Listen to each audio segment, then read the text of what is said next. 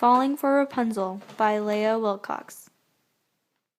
Once upon a bad hair day, a prince rode up to Rapunzel's way. From above, he heard her whine, upset that her hair had lost its shine. He thought her crying was a plea. He sailed forth to set her free. Alas, she was too far away to quite make out what he would say. Rapunzel, Rapunzel, throw down your hair. She thought he said, your underwear. No, Rapunzel, your curly locks. Rapunzel threw down dirty socks. Please, love, just your silky tresses. She thought he asked for silky dresses.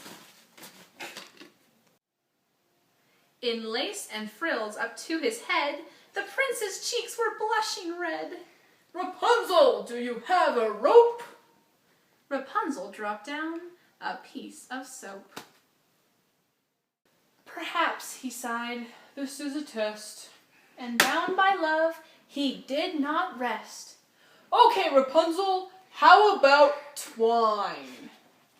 She heaved out her blue ribbon swines.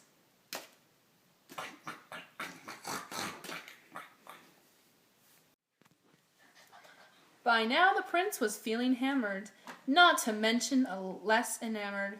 He growled up, "Do you have a letter?" The princess tossed out pancake batter.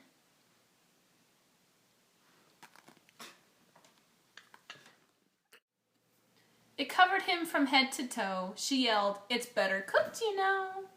At this, the poor prince had a cry. Then cupped his hands for one last try. "Rapunzel, Rapunzel, let down your braid." Confused Rapunzel pushed out her maid. The maid fell squarely on the prince, quite pleased with the coincidence. She nimbly jumped off his lap and soon revived the flattened chap. Then smiling she said, "For what it's worth, you'll find I'm really down to earth." His young heart thrilled, he gave a hoot, "Yee-ha!"